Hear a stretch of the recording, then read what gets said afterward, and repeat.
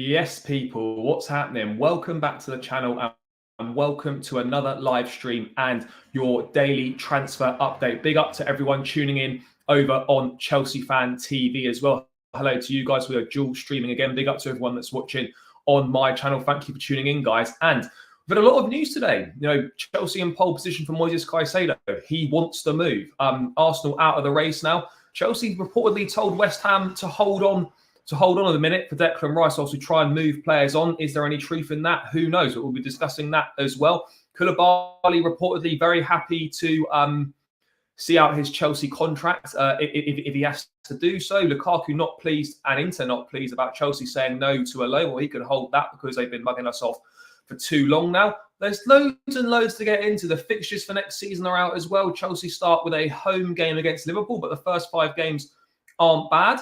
The run-in's not too bad either. The Christmas period's pretty tough, but there's loads and loads to get into. Reportedly, Chelsea facing competition from Man United for Inter's Andre Onana, although Fabrizio is saying that Inter have had no contact from United. So let's see what is and isn't true there. And of course, Kai Havertz has said yes to Arsenal in terms of agreeing on personal terms. A fee between the two clubs obviously is not quite agreed just yet, although Chelsea will come down, no doubt, from their £75 million asking price. And it looks like Arsenal could well be funding the Caicedo deal for us, or certainly a large part of it. But there is plenty to get into, people. So make sure you smash the likes on both channels, subscribe to both channels if you haven't done so already.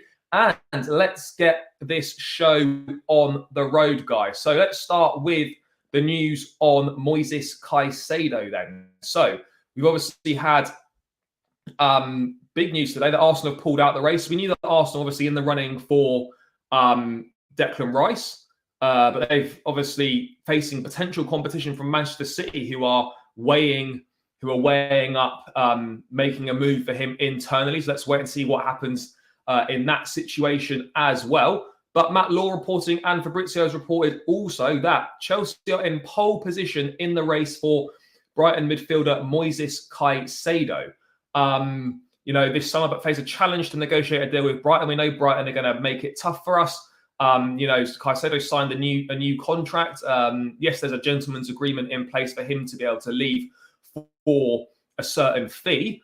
But ultimately, that fee is reportedly £100 million up to £120 million. That doesn't mean cash up front straight away. That means that it could be 70 to 80 million plus Conor Gallagher, who might be valued at around the 30, 35 million pound mark, which would then take a deal up to 100 million. So it could be 70 to 80 plus a player, or, and I think that's what we're going to have to do, because Brighton at the moment, Tony Bloom, tough negotiators. They're in a very strong position. Caicedo signed a new contract. Yes, they've got that agreement there, but ultimately, they're not going to let him go unless they get the money that they want. And it's going to be as simple as that. We've done a lot of negotiating with Brighton, but people don't expect a quick deal on this one, because we're just not going to get it. There isn't going to be a quick deal. It's going to take time. There's going to be a lot of things to sort out. Yes, Caicedo wants to move.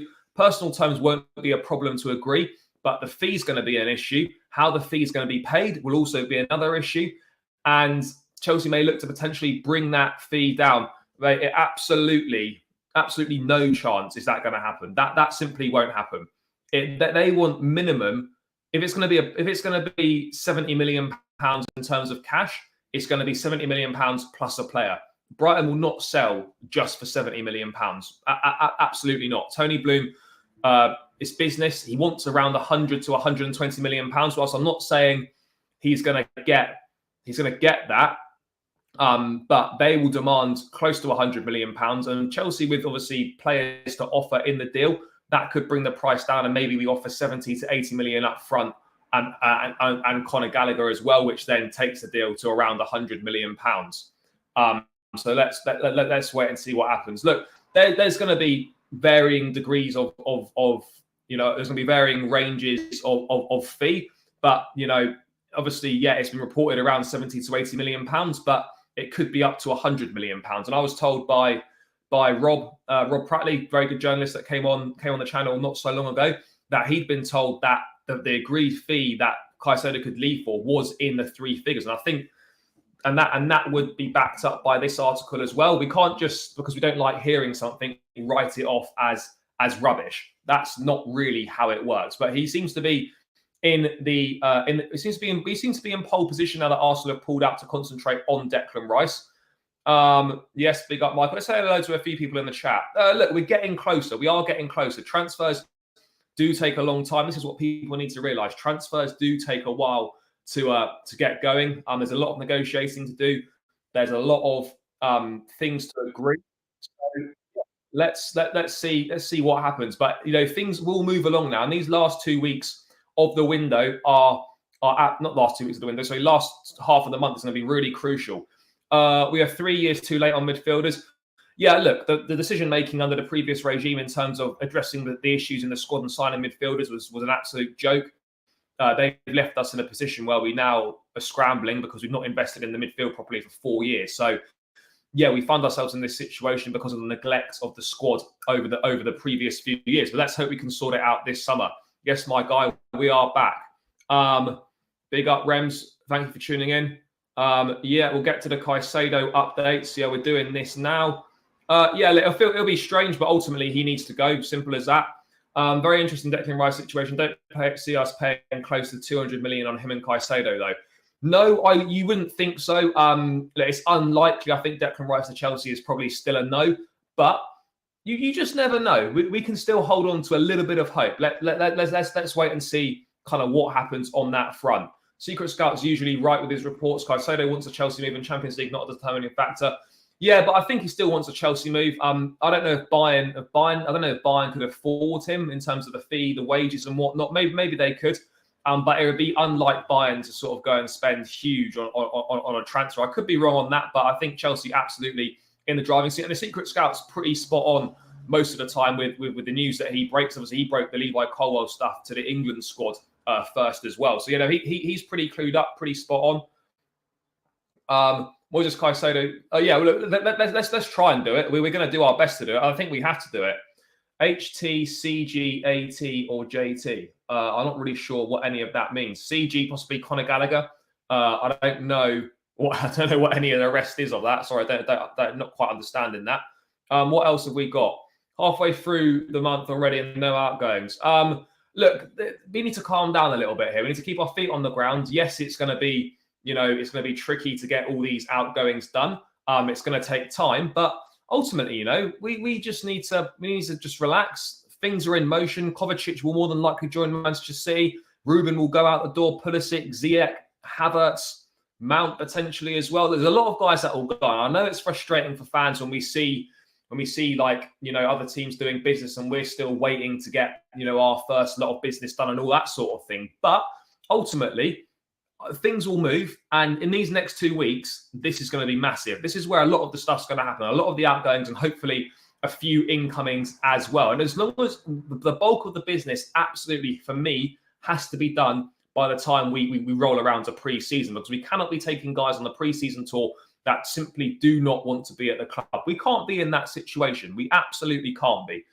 So we need to get as much of that business done as possible. So no reason to be panicking just yet, but over the next couple of weeks, then I think it is perfectly acceptable to start panicking a little bit if things don't start moving in the right direction and picking up pace. I would love that as well, but I just can't see it. I think it's a bit dead in the water, if we're being honest. And if they want Colwill, they're not going to get Colwill as part of the Caicedo deal. It absolutely won't be. Trust Fabrizio on Caicedo more. Yeah, it was a clause. It was a clause for McAllister. What we got here: Brighton wanted Colwill in summer 22. Chelsea rejected. Paid 62 million for Cucurella summer 23. Yeah, look, I think we could use Conor Gallagher as part of the deal. I think Gallagher to Brighton would be a great move. European football, he'll play regularly there, and I think De Zerbi will develop him well. I think that would be a good move all round. Plus, Brighton can get a midfielder to replace Caicedo. Yes, of course, it's not the same profile necessarily, but if we can work Gallagher into the deal, I think that works best for both parties. No, probably not. I would agree, mate, on that one. We should have exits of players first before we have more new players who will be affected by... No, look, the FFP situation is nowhere near as bad as people make out. We just need to make a few player sales before the end of this month, roughly around the £100 million mark, which is not going to be a problem once we get 3 or 4 names out the door. But this next 2 weeks, as I've said, is going to be really important, obviously, on that front. No way Rice would come if Mount leaves. No, maybe not. Maybe not. Let's wait and see. Havertz not to Arsenal. I don't really care if Havertz goes to Arsenal. I'll get into that. Sign up Harry Kane. Well, yeah, that would be nice, but that's not going to happen. 120 million Colwell fee. Yeah, we're not going to sell Colwell this summer. Kane obviously wants Kane. Oh, this guy, my guy father. What are you saying, my G? This might sound crazy. I don't think Caicedo is worth 120 million as long as we put a buyback clause for Colwell. Look, mate. First of all, bro. Hope you had a safe flight to Indonesia. Hope you enjoyed the game watching our boy Enzo. Look, we're not going to pay. I don't think we're going to pay 120 million pounds for Enzo. Look, Conor Gallagher reportedly could be used as part of the deal, and I think that's far more likely than including Levi Colwell. I think Levi Colwell being included would be an absolute last minute resort. There's no way that we would voluntarily use him. I think it would have to be a last minute resort. But you never know. You do never know.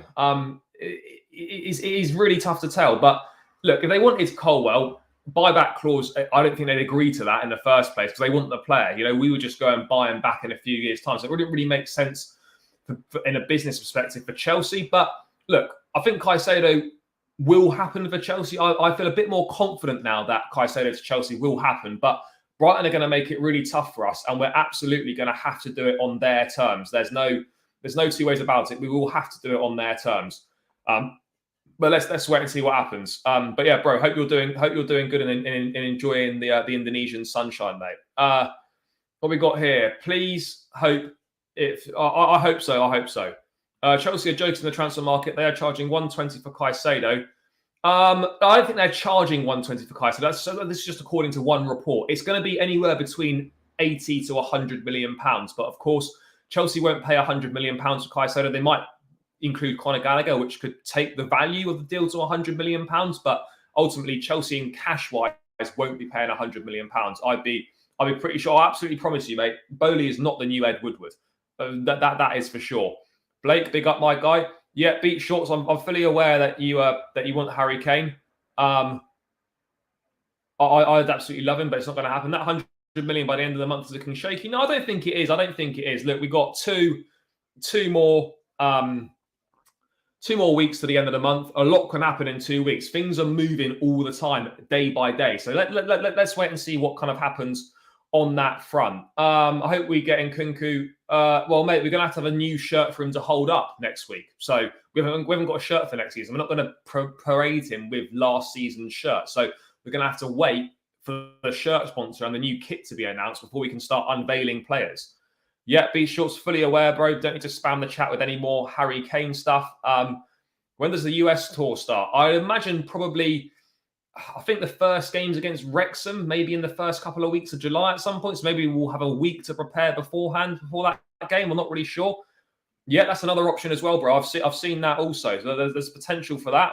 Would you swap Jesus for Havertz? Yeah, I would, but it's never going to happen. But yeah, I would. Tottenham will never sell Harry Kane to Chelsea. No, they absolutely won't, but we can dream.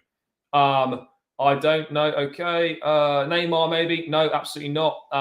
It's not right for what Chelsea are looking to do. The financials aren't right, and it doesn't make sense in a footballing perspective. Yes, I'd love to have a Neymar Chelsea shirt, of course, but from financials, from football, it doesn't make sense. It's not the direction we're looking to go in, and I just don't think that would be right. Well, obviously, I'd have Harry Kane. July 19th against Wrexham's our first game. So I imagine the tour will start the week before then, have a week to kind of prepare for the games and stuff like that. That Fofana, I think, will go out on loan. I think that's clear. If other clubs are so interested with Havertz, I think we failed to improve him. Look, there's definitely it works both ways. It's not solely on Chelsea, and it's not all on Havertz. It's a lot of it's going to be on Kai Havertz because he's the guy on the pitch playing, and he's not delivered for the club.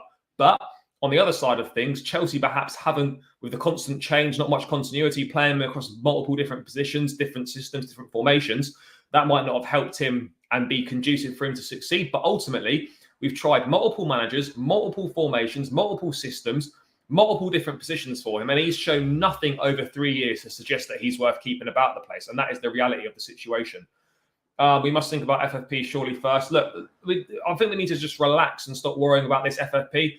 The owners have made a lot of mistakes, but in terms of footballing stuff, but in terms of business, they're not stupid. They know what they're doing. They're not going to make mistakes in terms of financial. So I wouldn't worry about that. Bless up, brother. Yes, my guy. I hope you're good. Nice game of football tonight. Kepa benched. It's just shitty Nations League. People, make sure you smash the likes, guys, on both channels. Let's get these likes up, guys. I'm looking to hit at least 50 likes on my channel. Let's try and get this to 100 likes on Chelsea Fan TV as well, people. Let's keep smashing those likes, guys. It really helps the streams out. It spreads it to more people, gets more people tuning in, more exposure for the channels. So make sure you keep hitting the likes on both channels. And if you're locked in, guys, on both channels, make sure you also subscribe to Chelsea Fan TV and you subscribe to my channel as well, people. So let's make sure we show some love to both channels tonight as well. Do you think Neymar has a chance of joining Chelsea? No, I don't think that. Not at all. No chance. Op United getting, they could, maybe. It's good. They've got, there's 50-50 chance. Again, that's going to be, that's dragged on for so long. I wouldn't worry too much about United getting Qatar if that does happen. There'll be money to spend, but United have always spent money anyway, so I don't think it's too bad. Man, we're not going to get Haaland. Why are we not hearing about Pulisic, Ziyech? No, clubs in Italy are keen on Christian Pulisic. Hakim Ziyech's got interest from Saudi Arabia. I'm not sure anywhere else, but again, just because we've not heard anything doesn't mean that nothing is happening. That's important to say. Nah, bro, we're not finished. Like this is the thing. This is such like recency bias. So we have one bad season and everyone calls for Roman again. Roman was great. He's given us memories for a lifetime. Some of the best nights of my life as a Chelsea fan and just in general, all the success we've had. But let's not pretend that Roman was amazing at everything. We were on the decline in the league over the last few years. Chronic misinvestment and misuse of finances on his behalf over the last few years as well is part of the reason why we're in such a mess with the squad in the first place. So whilst he was great and we love him, he wasn't perfect and he also did things wrong as well. So yeah, we're not finished. I'll be at the Dortmund versus Chelsea game in Chicago in August, front row seats, right? Oh, mate, well that sounds like a great day. I don't think that's going to happen though. I don't think Lukaku will be here at that point. I heard Man United wanted Onana. Reported interest, but I'm not sure if that's true. We'll get into it. Koulibaly replacement other than Colwell. It will just be Colwell if Koulibaly goes. We don't need any more centre-backs. Beat short. Stop spamming, mate, because it's a bit annoying. Is Neymar coming? No, Neymar's not going to Man United. Big up. Thank you for tuning in, guys. Let me get to a few more bits in chat. We have to start doing transfer, whether incoming or outgoing, with a lot of players. Guys, let's just relax. Let's relax. Deals will happen. Worst case scenario in terms of FFP, it will be points deduction or another. Yeah, it's not going to go that far. We don't need to worry about that. It's massively overstated. Bro, you're working under Kane. Yeah, it wouldn't be a bad person to learn from. But yeah, of course, it's not going to happen. Yeah, beat shorts. We get it on. Yeah, it would be nice to learn from Haaland. Yeah. We're selling to direct rivals Mount Kovakai. But what we're saying is it's better to keep players that don't want to be here and haven't done well for us because of the fear that they might do well for a rival. They're not doing well for us. So if they go and do well elsewhere, fair enough. But ultimately, we need to sell players. Havertz has not been good enough. Kovacic has been on the decline and wants to leave. And Mount potentially wants to leave as well. And now if rival clubs come in and they offer us the money we're looking for, ultimately the Premier League is going to give us the biggest fees for these players. And we need to get as much money as we can for these guys. So ultimately it is going to end up with some of our players going to quote unquote rival clubs. That's just the reality of the situation, but they're not performing for us. So that's it really for me. Yes, you'd rather they didn't, but ultimately I'd rather sell to rivals and keep players that don't want to be here. That's kind of the reality of the situation. What else have we got in the chat? We need some transfers. Lawrence is also live. Yeah, no, bro. Me and Lawrence, good mates. I know him well. I know he's live. I did ask him to pop on, but he's doing his own stream. But yeah, mate, Lawrence will be back on the channel. No problem at all. We'll get that sorted.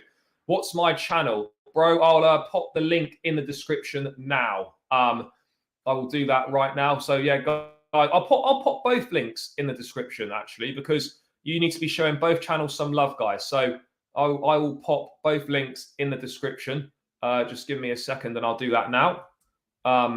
So let's get that back on. So guys, I'm just going to pop both links to the channels in the description. So that is the link for my channel there, people. So if you could show me some love, click on the link and subscribe. That would be greatly appreciated. And I will also pop the link in the channel for Chelsea Fan TV as well, people. Make sure you show us some love over there as well. So both links to both channels are now in the script, are now in the chat. So yeah, you can go and show us some love over there, people. Let me just get to a few bits. But a lot of stuff coming in the chat, guys. A lot of stuff coming in the chat. What's going on here? We don't need Neymar. No, we don't. How much was the Havertz deal to Arsenal? He's not gone yet. I think it'll go for around £60 million. Every club that we're trying to buy from want our players too, making our transfers difficult. Yeah, look, the transfers are going to be difficult, but we will get them done.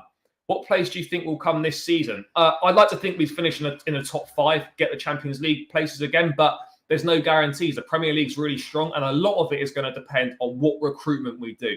The recruitment is going to be really key to determining how well we do next season. But I would like to think that we would finish in the top 5. That's my thoughts. Yeah, I think that would be a great deal. Bowley is actually a great owner. He just needs agreed on that. Where is the striker? Where is the DM? Well, bro, the window opened yesterday. Let's just relax a little bit. Let's just relax a little bit. We could send Pulisic to Napoli, then get Osimhen as part of the deal. Yeah, if only if it was that simple. If only it was that simple, but it's not. Let's have a look what else we've got.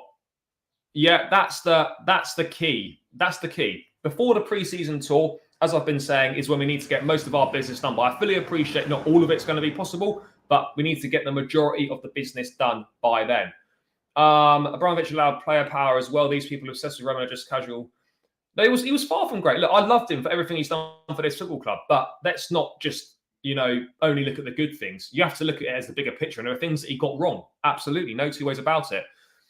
Reportedly, Atalanta want about 86 million quid for him, which is just an absolute no. I think the guy scored less than 10 goals in Serie A this season. He's 20 years old. He's a decent prospect, but we don't need another decent prospect at centre forward. We've already got Broja. We bought that for Fofana. Why do we need another one? We need someone that's kind of the finished article or pretty established right now. And Højlund, for me, is not that guy. I don't think Caicedo will happen. Brighton want Cole and we don't want to sell him. But I think Caicedo will happen. Brighton also interested in Conor Gallagher. I think we can make a deal happen. I just don't expect anything to happen that quickly, guys. Yeah, do what George says. Hit the like button, guys. I mean, look, if you're enjoying it, I massively appreciate it. So let's keep getting those likes up, people. Let's keep smashing the likes on both channels, guys. To be honest, Chelsea are finished. No more cups. No. We need to stop with this. We've got to stop going from one extreme to the other. 1 minute we're the greatest thing, and the next minute, oh, we're shit, we're finished. But we've had a poor season. There's a lot of rebuilding to do. We've got a lot of work to do in the next 2 weeks, particularly. But let's just have a little bit of faith. Let's just have a little bit of faith, a little bit of patience, and see what happens. Yep, top bins, I hear you, bro. This needs to happen. Napoli have Kvaratskhelia. They don't want Pulisic. No, they absolutely don't want Pulisic. Absolutely not. What else have we got here? Yeah, good. No chance. Full of kids with no experienced players. No, mate, we haven't even finished yet. We haven't even finished the window. But yeah. Anyway, guys, in terms of Caicedo, I think the reality of the situation is that we're in pole position to get the move done. He wants the move. Personal terms won't be an issue to be agreed. I think people get really excited when they hear personal terms are agreed.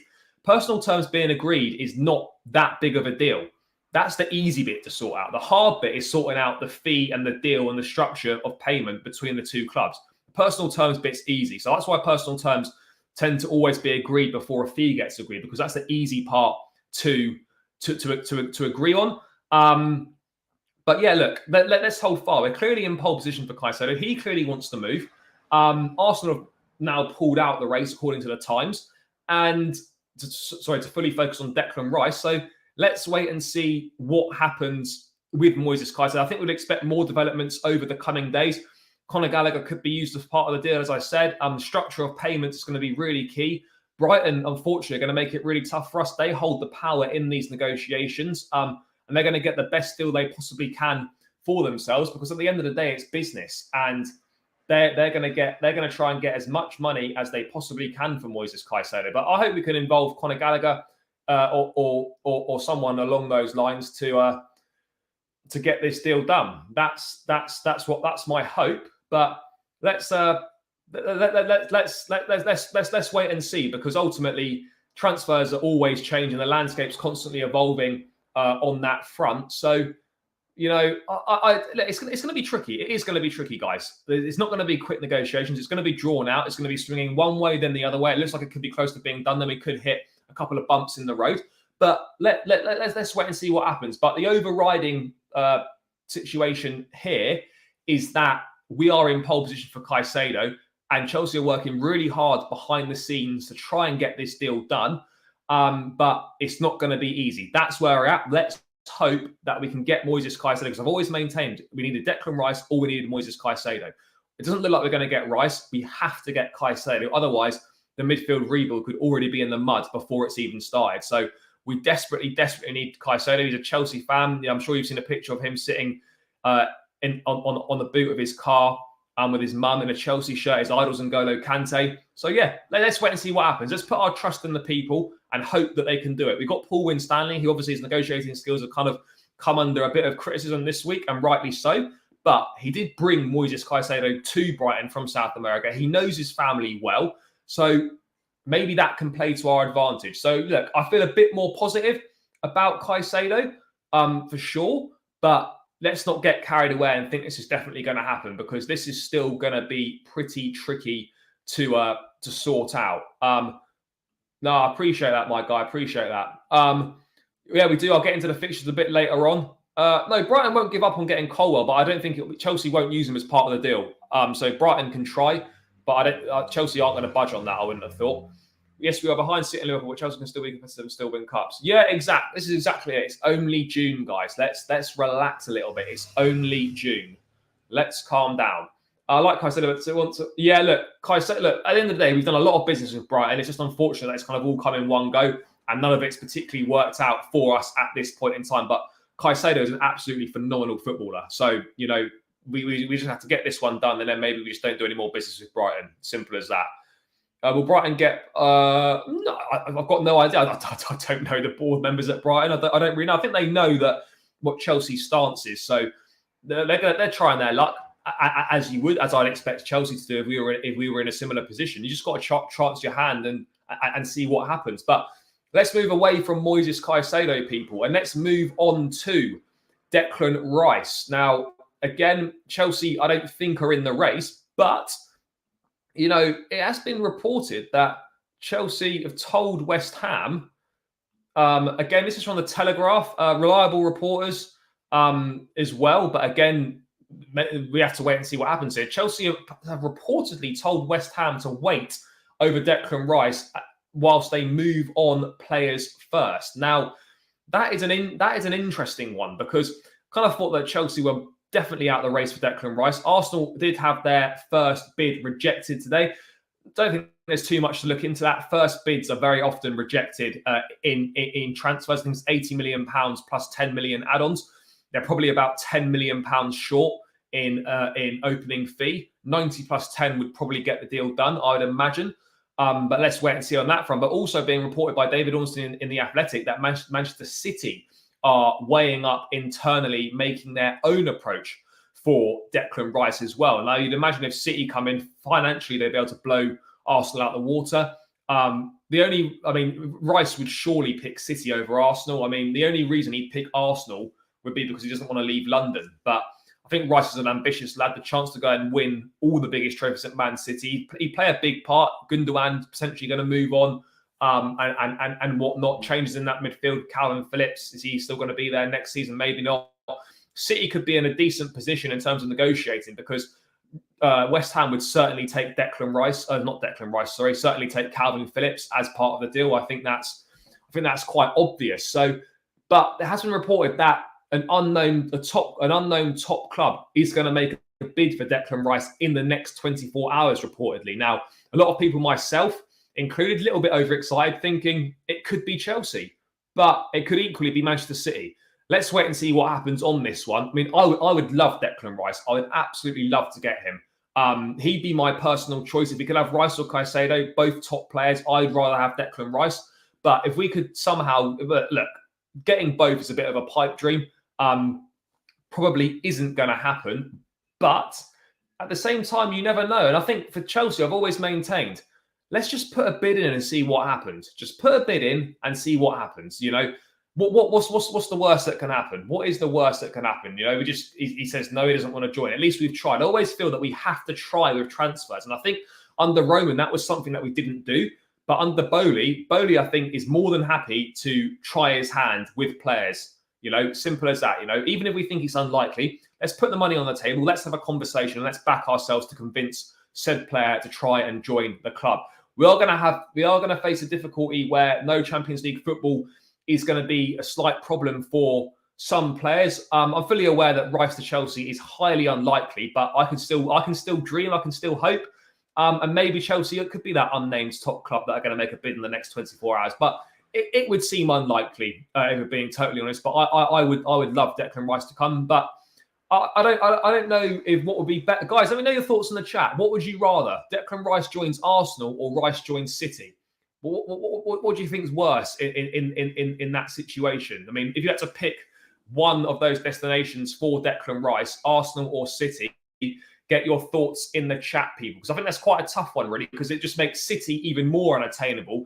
Then it makes Arsenal a bit more of a serious outfit as well, which is a problem as well. Join for one season in the Champions League with Arsenal. Yeah, that's it. That's my point. Yeah, I mean, how great would it be if we get Caicedo and Rice goes to City and Arsenal are fully muddied? I'd be here for the celebrations, but let's not get too carried away. Yeah, look, I think it would be. I think Phillips going to West Ham does make sense. What have we got here? Declan Rice, yeah, he's experienced. I think he's a top player. I think Polina should be the backup option from Rice and Caicedo. Look, I really like João Polina, but again, there's been no links really at all. There's already been any links to João Polina leaving Fulham this summer. No clubs have seemed to have come in with him. There's been no links in any reports or anything like that, unless clubs are kind of working silently behind the scenes, which it doesn't really appear so. Like, stuff would get out. You know, you can't keep everything quiet. And if there was genuine interest from clubs in João Polina, then I think we would have had it. But ultimately, we haven't had it. So yeah, I would be a fan. Why does he not want to join Chelsea? I think something has happened. I'm not sure what. Whether, you know, I think I'm not too sure. But ultimately, I think Rice or his representatives haven't been particularly keen with the way that we've conducted ourselves in certain conversations. I think is what it's ultimately boiled down to. You know, Declan Rice should have been a Chelsea player. There's no two ways about it. It should have been a Chelsea player. Yeah, no, we did, bro. We messed it up. We should have got this done. This should have happened, but ultimately, it looks like we've shot ourselves in the foot for whatever reasons, and Declan Rice probably isn't going to happen, but we can still hope. Declan Rice will join Man City. Yeah, if he's got half a brain, he will. I really like Declan Rice, but when you're faced with Arsenal or City, it's a no-brainer to go to City and play for Pep Guardiola. Absolute no-brainer. Rice for City makes City even stronger, which, let's be real, it's over before we even started. Rice at Arsenal, no difference. Look, Rice at Arsenal would make a difference. Is it going to be a league-winning difference? No. At City are basically unattainable anyway. So Rice going there, yes, whilst it would be a pain, I would rather that, I think, than him going to Arsenal.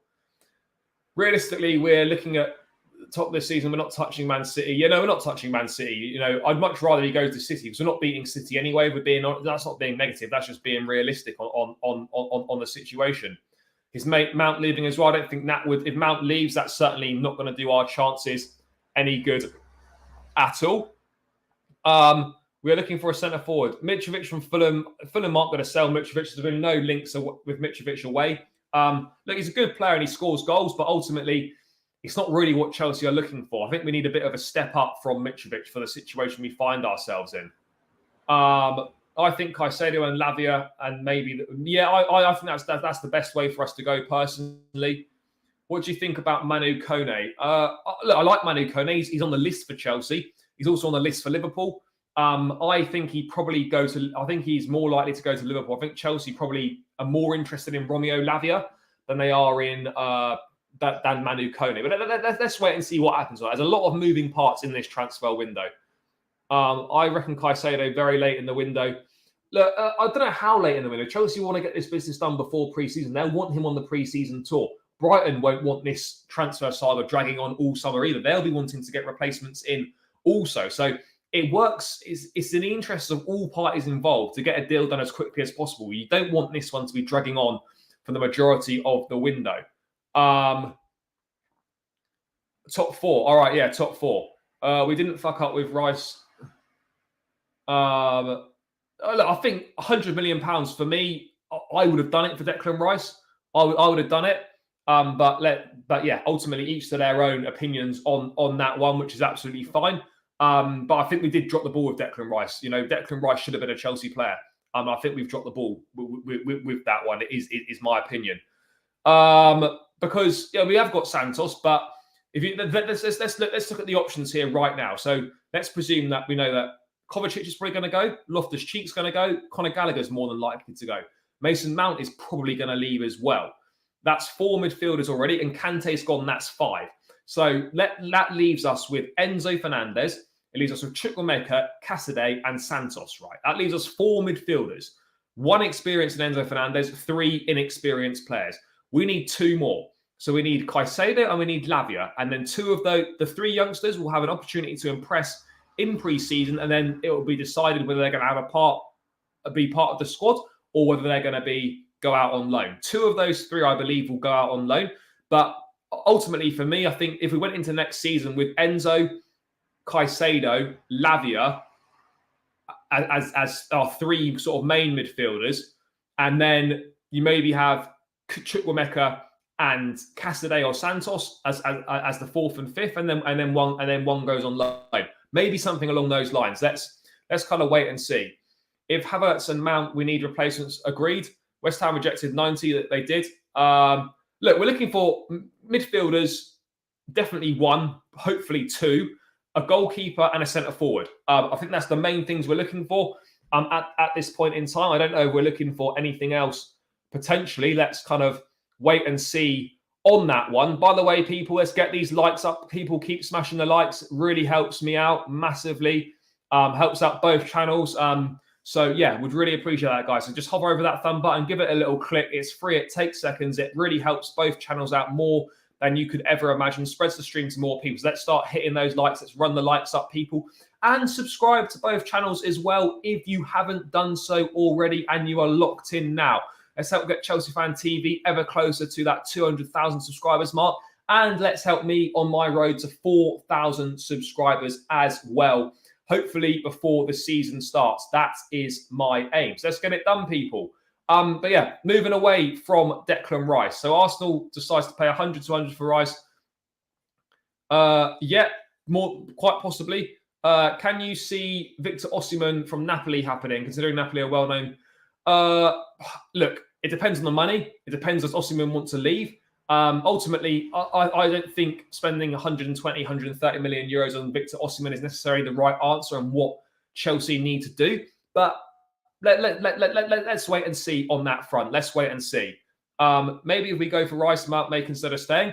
Maybe. Let's wait and see what happens. I don't know about that. There's a long way to go until that, but we'll get into the fixtures shortly as well. But that's enough on midfield. Also, good news as well that Andre Santos got granted his visa for the United States, which means he'll definitely be taking part in the pre-season tour, which is good news on that front. So let's get into this one here. Kai Havertz to Arsenal. Looks to be taking a step closer, people. What are your thoughts, by the way, guys, on Kai Havertz going to Arsenal? Put it in the chat. Ultimately, I think we would have all preferred if he was going to go abroad. But at the end of the day, if it's a case of keep Havertz or we have to sell him to Arsenal, in my opinion, selling him to Arsenal is is an absolute no-brainer. There's no two ways about it. An absolute no-brainer. But guys, let me know your thoughts in the chat on that situation.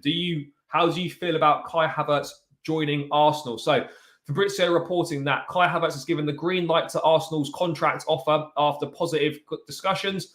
Personal terms aren't going to be an issue. Arsenal and Chelsea in contact. No chance of 75 million, but Chelsea are flexible. Bayern are also informed on the situation, but remain quiet. Real Madrid are 100% out of the race. Now, of course, Chelsea, it makes sense. This makes sense to me. And I'm glad that we're going down this route here. Kai Havertz has got 2 years left on his contract. He's not going to renew his contract. This is the last possible opportunity for us to get the best deal possible for Kai Havertz. And I really like the fact that at 2 years left on the contract, the club are putting players in a position where you either sign a new deal or you're being sold. That is the way we have to operate so that we avoid running down contracts and losing players on frees, like Christensen, like Rudiger, like N'Golo Kante, like we would have lost Jorginho on a free this summer as well. Ultimately, 75 million pounds, no chance. I don't know why we thought we could make a profit on Kai Havertz after 3 terrible seasons. There was kind of no way that was going to happen. I think 60 million pounds all in is probably could be more than likely, whether that's 50 million plus 10 million in add-ons. This still needs to happen. And 60 million quid, I think, we have to take the money and run with it. We have to. Look, we'll always be grateful for the Porto goal. But other than that, Kai Havertz has massively under-delivered for this football club over the 3 years. As I was saying earlier, multiple different managers, multiple different systems, formations, multiple different positions that he's played in as well. And he's failed to provide any consistency or any decent level of performances. He played 47 times last season for Chelsea, scored 9 goals. 9 goals in 47 appearances for the club. That's not good enough. I know we're in a struggling team and stuff, but that just isn't good enough. It really isn't. We have to do a lot better than than Kai Havertz. And ultimately, he's keen on the move. He's happy to go to Arsenal. So be it. That's kind of where I see this. Where I see this at this point in time. Let me get to a few things in the chat. Well, absolutely not. Mudrik's not going on loan, and we're not going to sell him. We just bought him in January. We're not going to sell Mudrik. Over the moon that Kai's leaving. Don't really care where he goes. No, I would agree on that. I never celebrate players leaving, but ultimately it's not worked out, and it's best for him to move on. So let's just sell him to Arsenal, get our money, and we move on from there. Deals, big up my guy. It's all kicking transfer season back. Kai Havertz can go to the ops. They are giving us money for Caicedo. Yeah, this money's going to help us fund the Caicedo deal. So, if you look at it that way, we have to sell Havertz to Arsenal in order to get Caicedo, then I think it's an absolute no-brainer. We're taking that all day long. No two ways about it. Yeah, I hear that, bro. If we don't accept 60, then that's just stupid. No, absolutely agree. It'd be criminal for us not to accept 60 million for Kai Havertz. Yeah, I'm surprised at this one as well. I really am. Look, they're obviously looking for more depth in the squad, more strength in depth as well, quality in depth also. But I mean, I find it strange that Arsenal would be prepared to spend 50 to 60 million pounds on someone as a bench player. Reportedly, Arteta wants to use him playing more in his preferred attacking midfield position, but he's not going to play instead of Martin Odegaard. He's not. Obviously, they're going to have Champions League, domestic cups. There's going to be a lot more games. They're going to need more squad rotation and whatnot. But still, it seems a little strange to me. It does, because he's not going to start week in, week out. He's not going to play instead of Bukayo Saka or Martinelli down either flank. He could rotate with Jesus at centre forward potentially, or there's Nketiah as well. But ultimately, Arteta must have an idea for him and must see something in him that we've not seen for the previous 3 years. But yeah, it's a bit of a strange one. I would have never had Arsenal down to signing Kai Havertz. I'll happily sell Havertz to Arsenal. 45 mil would be great, more than enough. Yeah, he hasn't done anything in the last 3 years. It is time to move on. There's no two ways about it. We Leeds and we hate Chelsea. Fair. Well, you guys can enjoy the championship next season. I say take the money for Havertz, even if it's Arsenal. Absolutely agree. He will be good at Arsenal. What he is, he will be at Arsenal. Is at Chelsea. Yeah, I agree. I can't see him suddenly I can't see him suddenly pulling some ridiculous performances out the bag. Porto goalkeeper is going to be more expensive. He's got a £65 million release clause in the contract. So I don't see a situation where we're going to get that done either. So you are good with Chelsea spending 100 million for Rice. Look, the way I see it is that I think our need for midfielders is more. It's more important for us to get the midfield right. I think I'd happily spend 100 million on Rice and spend less money. Someone maybe like Nicholas Jackson at Villarreal, a centre forward a bit of a rung down. So I think just going for the big name, obvious forward is such a Chelsea thing to do. Hasn't worked out in the past, and I think it could be time for us to do a little bit of a different tact in that centre forward role. Again, Osimhen, look, he's a great player, but is he right for Chelsea? That's the $1 million question that we need to find out. We don't really have a good history of getting it right with centre forwards. Goalkeepers think with Chelsea at the moment are obviously main one is Andre Onana. Mike Maignan, there was interest, but he's not interested in a move. There was David Raya. Loose talks about Ilhan Meslier at Leeds, but that's not going to happen. And yeah, those are the names really. You reckon Inter will come back for Lukaku and Koulibaly? Well, I don't see how, because they can't afford them, and we're not going to get mugged off on loan deals again. Take 60 million and move. Agreed. We really need a keeper. Not sure what one will do good. Andre Onana for me has to be. Get David Seaman. Yeah. Well, why not? Do you think Brighton asking 120 million price tag true?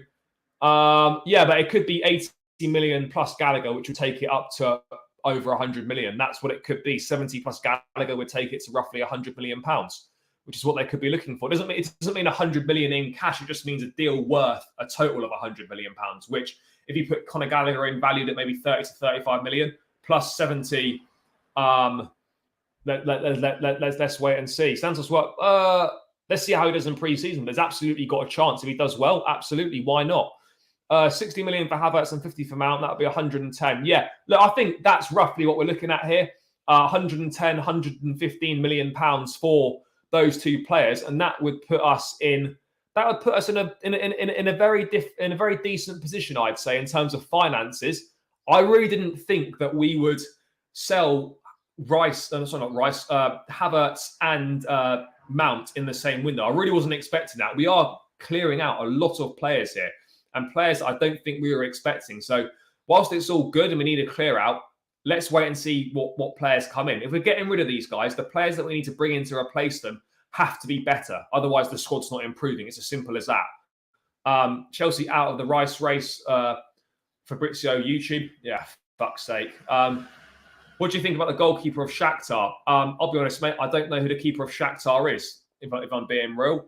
That's what we do. We absolutely need to do that. Oh, what? Yeah, I know exactly. I can't remember the guy's name. Labatka is the one. Labatka or Labotka. Yeah, why not? But ultimately, I think Kai Havertz to Arsenal is going to move closer. And it's a weird one because there were such high hopes for Havertz when he arrived at the club. He looked like a really top player, the next one off the ranks in terms of a German footballer, likened to Ozil and whatnot, did really well at Leverkusen. For whatever reason, he just couldn't make it work at Chelsea. It just wasn't happening. It didn't happen. And yeah, it's not worked out. It's been another expensive transfer that's not worked out for Chelsea. Another waste of money, as it were, which is a shame. It would have been great if it could have worked out, because despite how badly he's done for Chelsea, there's clearly a good player there. He's talented. He's got good skills. He's got good attributes. But at Chelsea, it just hasn't worked out. It's as simple as that. It's not worked out. So we're going to have to kind of wait and see how he does at Arsenal. I mean, guys, how do you expect him to do at Arsenal, by the way? What are we actually expecting from him? Are we expecting him to play a big part? Are we expecting him to contribute? I really don't know how he's going to do at Arsenal, because, yes, Arsenal play in a slightly different way to Chelsea for sure, but I can't see how he suddenly, from what we've seen in the last 3 years in the Premier League, how he suddenly goes to Arsenal and he completely changes the way that he plays. He finds a different way of playing. And he's suddenly really good. I just can't see how that happens. I just think he's going to be very much the same as he was at Chelsea. I really do. But yeah, it looks like a move for Kai Havertz to Arsenal is getting ever closer. Just a fee between the two clubs needs to be agreed. Chelsea need to come down. Chelsea will come down in their valuation. So it looks like in the next couple of weeks, I would expect Kai Havertz to probably complete that move to Arsenal and Chelsea to get around £60 million for his services, which wouldn't be bad, ultimately. I think it's the best deal for both parties involved. For us to get 60 million and for Havertz to have only depreciated in about 10 to 12 million pounds in value over 3 years, considering how bad he's been, would be a massive plus. It would be a massive plus. So, yeah, let's wait and see. Let's wait and see what happens on that front. But yeah, I don't know. Let's see. What else have we got going on here? All I'm saying is rather than goalkeeper, rather sort of striker and midfield. Yeah, agreed on that. They're more important than the goalkeeper. The goalkeeper would be great to sort out, though. There's no two ways about it. We could use Santos and Caicedo, but end of the day, we need an enforcer. Absolutely. I would take Onana. We'll get into that in a sec. What else we got here? Not sure, but I assume Arteta has a plan. Well, you'd think so, but yeah, I don't know what that plan is. What have we got here? Who would you say has been a bigger flop, Havertz or Werner? That's a really tough one. Havertz or Werner? Fuck. They both weren't great, but Timo, I don't know, Timo always tried really hard. I know that's like a bit pathetic, really, but there's not much in it. I mean, they're both as bad as each other, if we're being honest. I mean, to be perfectly honest, I'd probably say Timo just because Kai got the goal in the final, but look, it's tit for tat. There's not much in it. They've both massively under-delivered at the club. Yeah, I think look, it's going to be really interesting to see how he does at Arsenal. That's the same. I never thought Kai would be first exit. No, I wouldn't have thought that either. What else have we got? Yeah, we paid 71 million for him. No, Ziyech won't stay. Absolutely not. Ziyech will be out the club. No two ways about it. Nicholas Jackson scored in scored 8 goals in the 8th of the season and no goals the season before. Yeah, that's just one person's opinion. Ultimately, like most of those games where his numbers were low, where a lot of those appearances were coming off the bench and he was playing wide. The goals, the glut of goals in his last 8 to 9 La Liga games where he was actually starting and he was playing down the middle. Look, I think he's an exciting prospect potentially. And it's a move that at 35 million euros, £30 million release clause at Villarreal, it's definitely one that could potentially be worth exploring. And we can't have the situation where, as Chelsea fans, we're like, oh, we need to do more to find kind of gems, rough diamonds of players. And yet, when we do that, we then moan, oh, why are we going for him? He's not a big name. You can't have it both ways. You either want the club to try and find and discover players before they become good, or you just want us to go and spend loads of money on guys that are already established. And we can't have it both ways. What else have we got here? I'm going to have to go now. Joseph, big up my guy. Thank you for tuning in, bro. Are we really going to do business with Spurs? Maybe. If Gallagher wants to go to Spurs, if Spurs are interested, then let's just do it. People saying that, but thought Ziyech would be first out the door with Oba. Yeah, look, just because we're not hearing much doesn't mean that things aren't happening behind the scenes. Those guys will definitely go. They've got no future at the club. We know that. Let's just wait and see. Yeah, that's the big question. I don't think he will be. He looks different to me. He looks like he'd be more suited to this league. A different type of player as well. So yeah, let's wait and see what happens on that front. But yeah, it could be interesting to see what happens there. But yeah, it's going to be. I hope not. But I'm excited. I am excited for Nkunku, but I'm not going to get too carried away. I would say Werner because I expected more from him, but didn't deliver at the end of the day. Kolo Muani is going to cost 100 million euros potentially from Frankfurt. So I don't think we're going to be going down that route. Barely heard of Havertz before he joined Chelsea. No, I'd heard of him. He was a top player. Really exciting prospect. The next big thing in European football, really, all the top teams wanted him. Real Madrid wanted him at the time. Bayern Munich wanted him at the time. Obviously, we were able to flex our financial muscle during the pandemic, where those clubs were hit a bit harder with those sorts of things. So, yeah, that's just ultimately the way it went. So. Yeah, let's wait and see. Let's wait and see what happens in that situation with Nkunku. But yeah, I'm excited for his arrival. But yeah, wasn't expecting Kai Havertz to go to Arsenal this summer, but that seems to be the way that things are heading at this point in time, guys. So it looks like Havertz could well be on his way out. I expect this deal to be wrapped up in the next 2 weeks. I'd be surprised if it wasn't done by the end of the month. I think it has to be done by the end of the month in reality, because we need to try and get that sorted. We need to get money into the accounts, and and then we go from there. But yeah, Kai Havertz looks like he's going to be going to Arsenal. It's the best for all parties as far as I'm concerned. Get your 50 to 60 million, and then we run and we move on, and we just accept it didn't happen. Simple as that. Going to try to get tickets to West Ham away. Yeah, bro. I imagine that I'll be there. I would expect to be there, I think. But yeah, so let me know how you get on. Mbappe is staying at PSG supposedly next season. That's what he said in his press conference on international duty for France playing the Nations League. I wouldn't expect Madrid might try a move for him this summer, but their plan's always been to sign him on a free transfer in 2024. So let's wait and see what happens with that one. Yeah, that's not going to happen, mate. If that happens, then fair play, but I cannot see that happening. No, I don't think he will. I don't think he will get booed at Stamford Bridge. I would suspect not, but you never know in football. You never know in football. That's the reality of the situation. You do never know. But I wouldn't expect that personally. But yeah, let's wait and see what happens there. But yeah, Kai Havertz looks like he's taken a step closer to Arsenal, guys. He's accepted their contract proposal. Personal terms won't be a problem to sort out. It just remains for a fee to be agreed between the two clubs. So let's see what happens there and how we can and how quickly we can negotiate and how far we're prepared to go down. That's bound to happen. I think that's already established that Havertz will score against Chelsea in an Arsenal shirt next season. That'll be the most Chelsea thing imaginable going. He's on loan in Brazil. He's going to be part of the pre-season tour, the squad there.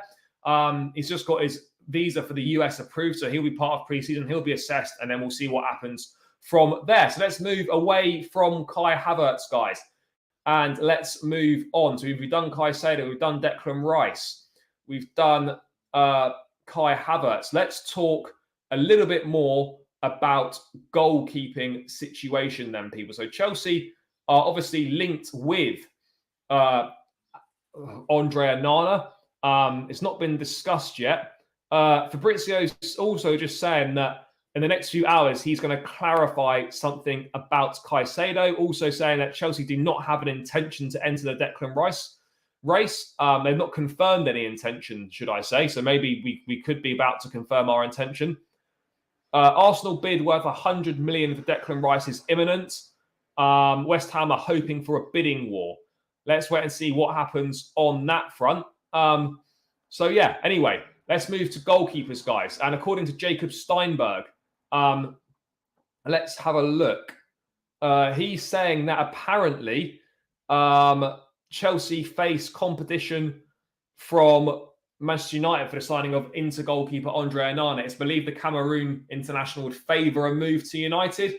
I'm not sure how true that is. I don't really know. Fabrizio saying that Inter have had no contact from United. They don't want to sell Onana. They want a big fee for him. Chelsea and Inter met this week, but they were discussing Koulibaly and Lukaku. They will meet again to discuss Andre Onana and others, possibly Lautaro Martinez as well. But at this point in time, it's clear that it's either no goalkeeper for Chelsea or it's Andre Onana. That's where we're at. No keeper or Onana. Now, guys, we had a report from Sky Sports News yesterday saying that, bro, I've just made my first video today. Any tips for the channel? Just be consistent. Collaborate with people. Get your thoughts get your thoughts across well. Just speak your mind. Bring some personality to it. That sort of things. Just consistency is key. Consistency is really important. Really important. That's the main thing. But yeah, you got to make sure you stand out as well. Osimhen and Diaby. Osimhen and again, Musa. Do you mean Musa Diaby? You mean Musa Diaby, the winger at Leverkusen in Bundesliga? Is that who you mean? Big up, yes, Chelsea fanatic. Big up, my guy. We need to move quickly this week for Caicedo because just read City going for Rice, so Arsenal might be back for Caicedo. City are discussing internally whether they're going to make an approach with Declan Rice. Arsenal reportedly are out of the race for Caicedo. Their focus, I think, is on Declan Rice. Yeah, I don't think there's a big rush for this. But yeah, guys, in terms of Kepa, how would you feel potentially about Kepa being Chelsea #1 next season? What would your thoughts be on that? Would you rather, look, I think we need to sign a goalkeeper, but ultimately, would you rather save the money and invest more in midfield and a centre forward and then reassess the goalkeeping situation next summer? Or do you think we have to get the goalkeeping situation sorted this summer? Let me know your thoughts, guys. Let me know your thoughts, people. Would it be a disaster if we had to have Kepa in goal for another season next season? What do you think? I don't think it would be the worst thing in the world, personally. I don't think it would be the worst thing in the world. But again, you just look, I don't think it's terrible. I think I don't know. Look, if it means that we can spend more money on midfielders, then absolutely. If it means we've got more money to spend on a centre forward, absolutely. But at the same time, I wouldn't mind seeing Kepa under Poch. The goalkeeper out of centre forward, midfield, and goalkeeper, the positions that need addressing, goalkeeper is the bottom of the list as far as I'm concerned. So let's wait and see what happens on that front, guys. I think it'll be interesting. I think we can do something for sure. Let's wait and see. But look, for me, I think it seems clear now in this goalkeeping situation that it's Onana or no one. I think Kepa had a decent season by his standards. Is he ultimately going to be a player that wins, a goalkeeper that wins Chelsea the Premier League, wins Chelsea the big trophies? No. But can we get by with him for another season? Absolutely. I think that's fair. So yeah, let's wait and see on that front. But it looks like Onana is not going to be. It's going to be Onana or it's going to be no one. Look, if Onana joins a club, it's absolutely to be first choice. He's not joining to be a second choice. There's no two ways about it. He absolutely isn't joining to be second choice at the club. So in terms of that, let's wait and see what happens. But that seems to be really the latest on the goalkeeping updates. Is it's very much going to be Onana or it looks like no one else. I'd be surprised if anyone else came in. Again, maybe we'd look to sign a number 2 goalkeeper potentially. But yeah, let's wait and see what happens on that one. Look, if Mendy left, I think Kepa would be backup. If Kepa stays, then I think we'd have to try and look for a backup goalkeeper. So I think either way, we may well be having to look for a backup goalkeeper. That's, I think, is the reality of the situation. Yeah, but absolutely. But we're not going to win the league next season. I hate to break it to you guys. I'm not being negative here. Let's get in the real world, people. We're not winning the league next season. So whether we upgrade in the goalkeeping position or not next season, I don't think is the biggest deal. I would much rather get midfield and the centre forward sorted than the goalkeeper.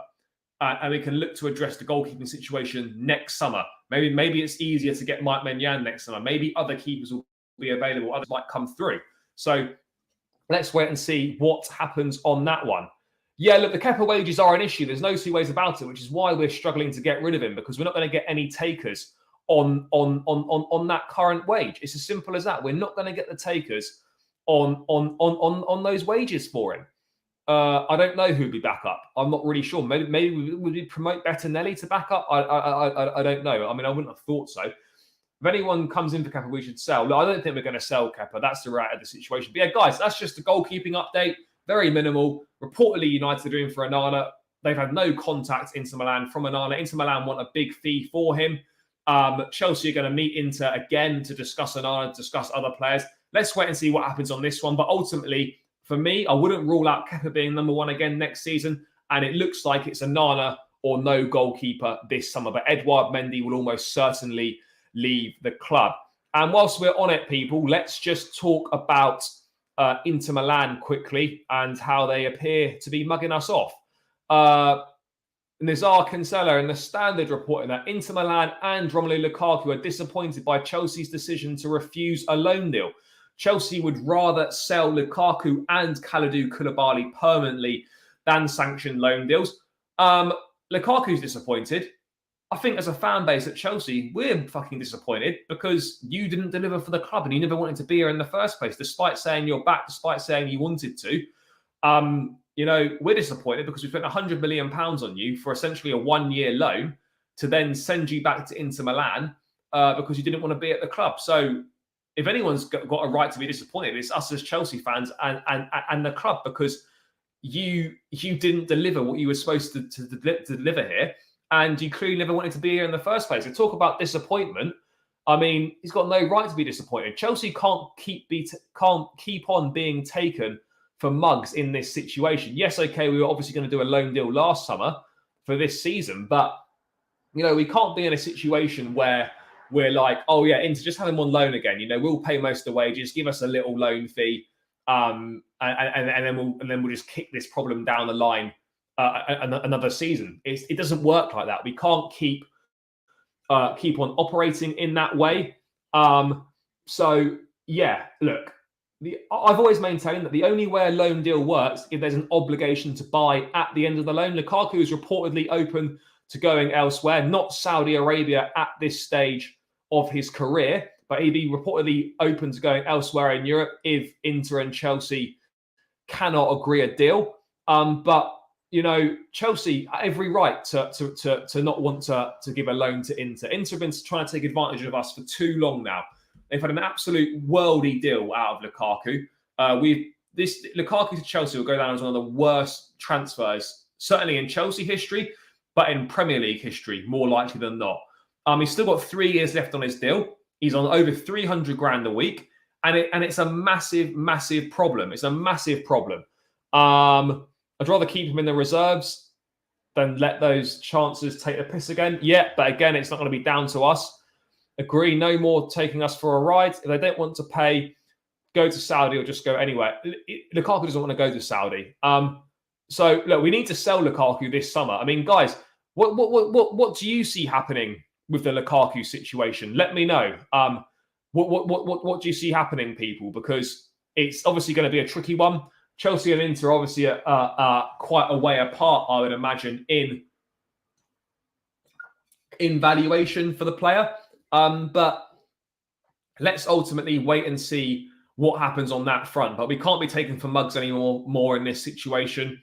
Inter are either going to have to buy the player, or there's got to be an obligation to buy at the end of the season. As far as I'm concerned, there's no two ways about it. That is the reality of the situation. Inter have to pay. Inter are not wanting to pay. They're trying to take Koulibaly on a loan deal as well. Whilst we fund the majority of his 200 grand a week wages. I mean, honestly, what do Inter think we are? Do they think we're some sort of charity?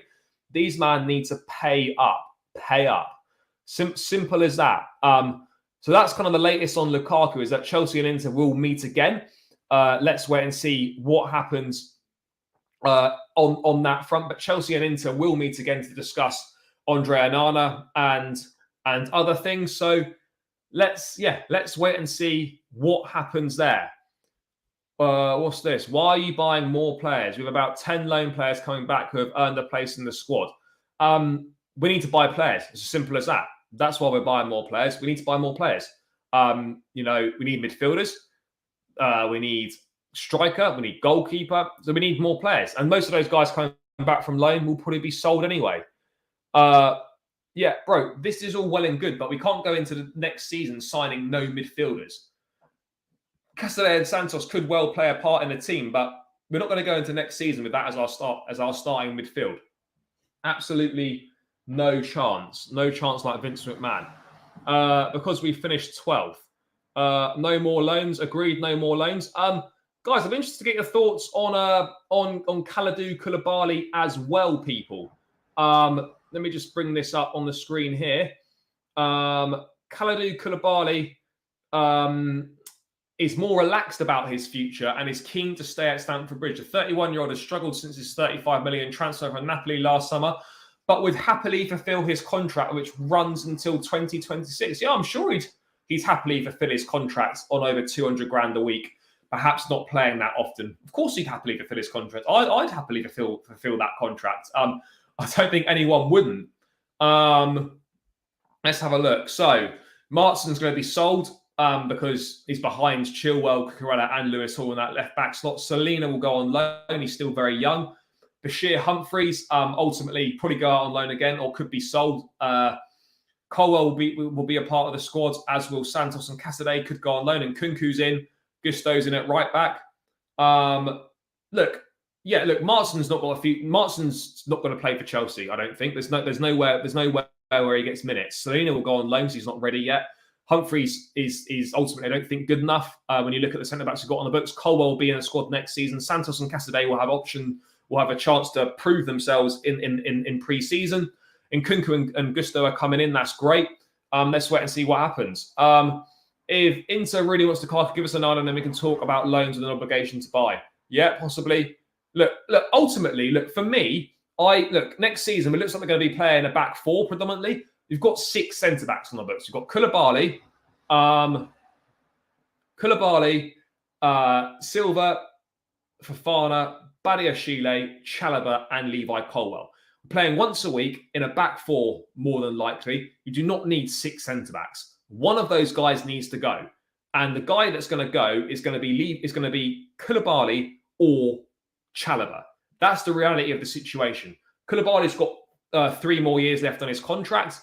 Chalobah's got 5 years left on his contract. So obviously we can command a half decent fee, but ultimately one of those two needs to go, unless Chelsea do a madness and fucking get rid of Levi Colwell, which I don't think we could fully rule that out. I don't think there's no two ways about it. I don't think we could fully rule that out, but it's going to be between Chalobah and Koulibaly. Guys in the chat, let me know. Who would you rather leave, Koulibaly or Chalobah next season? Both's not going to happen because 4 centre-backs is not enough for a back four. But guys, let me know your thoughts. Who would you rather leave, Koulibaly or Chalobah in the centre-back position? Because that's what it's going to boil down to ultimately for me. Who's going to leave, Koulibaly or Chalobah, or who would you prefer? Sorry, more should I say? Who would you prefer to leave, Koulibaly or Chalobah for next season? Because one of those guys ultimately is going to have to go. But Koulibaly reportedly is happy to see out his contract at Chelsea. It's not a surprise when you're on that much money. Everyone would like to see out that sort of contract. So, guys in the chat, let me know your thoughts. Koulibaly or Chalobah to be sold this summer by Chelsea, because one centre-back does need to leave because 6 is too many for a back four. But people, to round this one out, I'm briefly going to talk about the fixtures for next season, which came out. Let's have a look at them. Chelsea will start next season at home with a Super Sunday clash against Jurgen Klopp's Liverpool. It's a big one to kick off Mauricio Pochettino's reign. It's nice to be at home for the first game of the season. Obviously, last season we were away at Everton first up. Look, I think Liverpool's a great game to have. Obviously, perhaps you would have liked a slightly easier one. But what I would say is that playing Liverpool early doors could be a good thing. There's no form to go off. You get a game against a big side out of the way before form's established and that sort of thing. And I think it's a really great fixture for us to begin with. And, yes, you'd like to have the big games, you'd like to have stuff riding on them, but ultimately it could be the best time to play some of the bigger teams is when, no one really knows how good any of the other teams are going to be. So I think that's a great fixture to have as an opening day fixture. Obviously, you look at our first 5, and West Ham's the first away day of the season. That's not going to be easy. West Ham away, obviously Conference League champions. Let's see what they do in the window. Let's see how they replace Declan Rice. That's a tough place to go. We don't tend to do that well at the London Stadium. That's the first away game. Then obviously we finish the first 5 with Luton and Nottingham Forest at home, and then Bournemouth away. I think that's a pretty decent start. And you look at those first 5 fixtures, and out of 15 points, if we're being real with ourselves, you'd expect at least 12. You'd expect 12 points on those first 5 games. We have to be beating Luton, Forest, and Bournemouth, and then you'd expect us to beat one of Liverpool or West Ham. I think 12 points on those first 5 games is not an unrealistic thing to ask for. I really don't. In terms of other games, then you look for the standout ones. Obviously, what do you mean? Why is Thiago Silva not mentioned? In terms of what? In terms of leaving, Thiago Silva is not gonna leave. It's as simple as that. People on my channel, let's get this to 60 likes, guys. By the way, don't neglect the likes over on Chelsea Fan TV either. Make sure you also smash the likes there. But guys, as George has said in the chat, we're on 55 likes on my channel. Let's get this to 60 people. 5 more likes. Hover over that thumb button. Give it a little click. It's free. It massively helps me out, and it spreads the stream far and wide. So please do that, people. Let's get my channel up to 60 likes. 5 more likes, guys. Let's do it.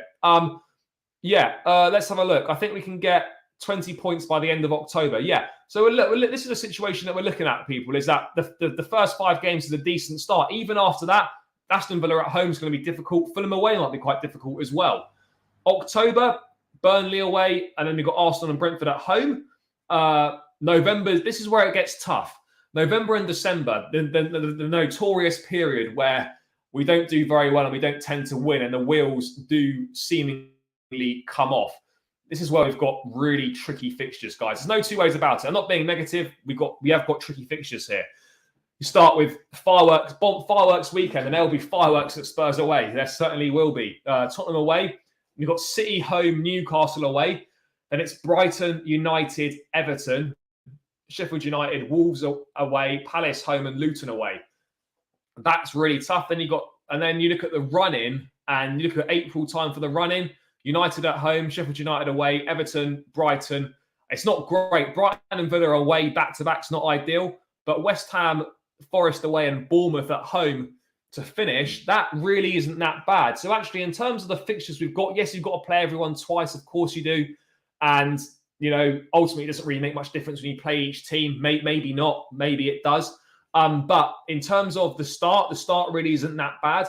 The run-in's not too bad either. We need to get points on the board early and take advantage of the fact that we've got a more favourable set of fixtures until we get to November, really. Yes, Arsenal at home is going to be tough. But really, other than Liverpool at home on the first day and Arsenal at home on the 21st of October, it's not that difficult until October. Now, that could be famous last words, but it's not too tricky on that front. But obviously, November, December is really tricky, guys. And the run in April is not dreadful. Obviously, at the end of April, Brighton and Villa away back-to-back is not easy.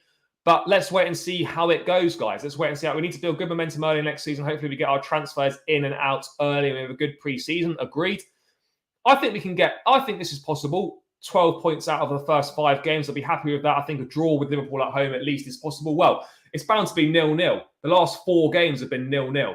We've had 0-0 in both cup finals. We've had 0-0 at Anfield last season. We had 0-0 at the Bridge this season as well. So if we could see a goal, that would be fantastic. But yeah, those are the fixtures, guys. Those are my thoughts. And it seems like a good place almost to round this one out, people. Has anyone got any more questions in the chat? Anything else they want me to go through? Let me just have a last check on Twitter to see if any more news has come out on this front, on any fronts, actually. Let's have a look. Let's just wait for this to load up, guys. But yeah, guys, in the meantime, if you've got any questions about anything, put them in the chat and I can answer them before we round this one out. Sorry. Doesn't appear to be any more updates from anything. Let's have a look.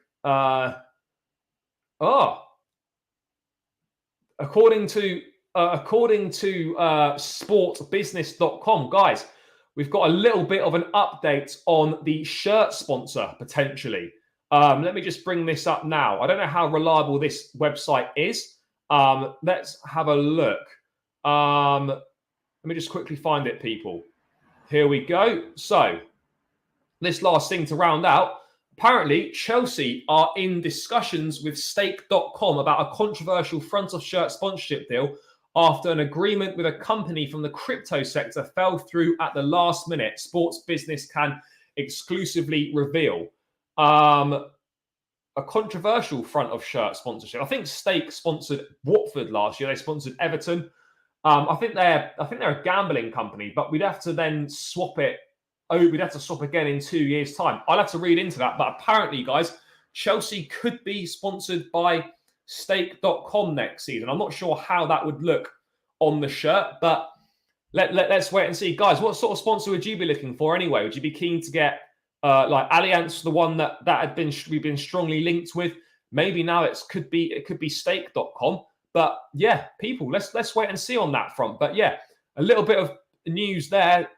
is that Chelsea are supposedly, according to Sport Business, in discussions with Stake.com to become the club's new shirt sponsor potentially. So let's wait and see what happens on that front, people. But guys, I am probably going to L after L after L. Yeah, I mean, they could be paying us big dollar. Who knows? Who knows? Ultimately, money does talk these days. So if they're paying us the most money, then we could be in that situation. Chelsea and shirt. Oh yeah, they are. This is a bit more of an update, guys. Thought Suter, this reportedly could be £44 million a year. Allianz only offered 20 million a year. Sponsorship agent Lee Turnistal valued the Chelsea shirt at 43.4 million a year. So yeah, Stake potentially offering £44 million a year for Chelsea on the front of the shirt. But it would only be a 2-year deal because you're not allowed gambling sponsors on the shirt anymore. So that's kind of an interesting one. Allianz would be great, but they're not offering much money. What about Ivan Toney? Ivan Toney's not going to come to Chelsea, unfortunately. That ship sailed now with obviously his ban. But yeah, guys, that seems like a good place to round this one out. Thank you so much for tuning in. Big love to everyone over on Chelsea Fan TV. Thank you for tuning in, guys. I appreciate that. Thank you for tuning in on my channel as well. There's been a lot of news to get through, guys. It's been fun today. It's been great interacting with you all. I'll be back again tomorrow with another daily transfer update. So make sure you stay locked in for that. Let's wait and see what news happens overnight and throughout the course of tomorrow. People, make sure you smash the likes on both channels on your way out and subscribe to both channels as well. I've just popped the link for my channel in the chat, and I will also pop the link for Chelsea Fan TV in the chat as well. So if you're not subscribed to either of those channels, guys, make sure you do so. Make sure you subscribe to both channels. Links are now in the chat. So subscribe to my channel, subscribe to Chelsea Fan TV, show both channels some love, smash the likes on the way out. Big up everyone for tuning in. Great to interact with you in the chat, guys. I'll be back tomorrow with more transfer news. Enjoy the rest of your evening. Take care. Up the Chelsea. Peace out, people.